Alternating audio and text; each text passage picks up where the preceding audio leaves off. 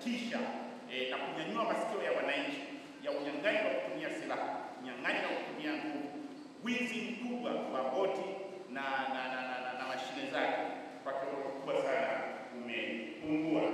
Unyang'anyi wa kutumia silaha, mwaka jana kulikuwa na makosa 5. Mwaka huu kutoka mwezi wa kwanza mpaka wa 4 hatuna kosa la unyang'anyi wa kutumia silaha. Lakini vile vile kuna kupatikana na samaki wa chana. Mwaka jana kwa kipindi kama hiki kulikuwa na makosa 8, lakini mwaka huu tuna makosa 4.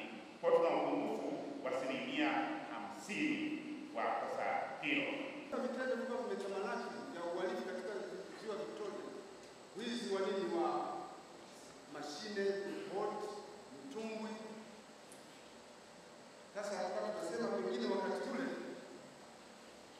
kikao hiki kingefanyika ukeleo, pengine tungepata watu wengi sana, kwamba labda hii hali hii ya usalama shwari, utulivu unaoendelea kule ziwani inasababisha watu tunasahau kwamba kumbe bado tuna jukumu kubwa la kuendelea kuleta usalama katika ziwa Victoria kwa pamoja.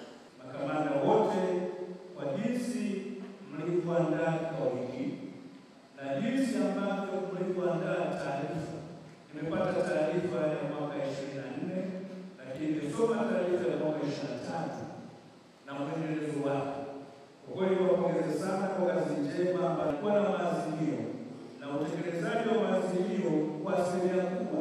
Wakati ajenda nakuja utaona imepitia maeneo mengi ya maazimio ya kikao kilichopita yamefanywa kazi vizuri, na baadhi ya maeneo machache tu ndiyo yataendelea kutekelezeka katika kikao cha leo.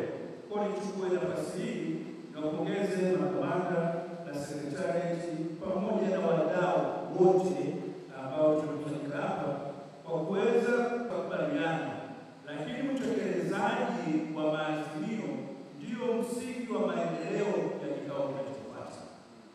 Msipofanya utekelezaji wa maazimio yale yaliyokubaliana, itakuwa kila siku tunakaa tunapoteza rasilimali muda, rasilimali fedha na nguvu zetu, lakini hatuwezi kufikia yale matarajio ambayo tunahitaji.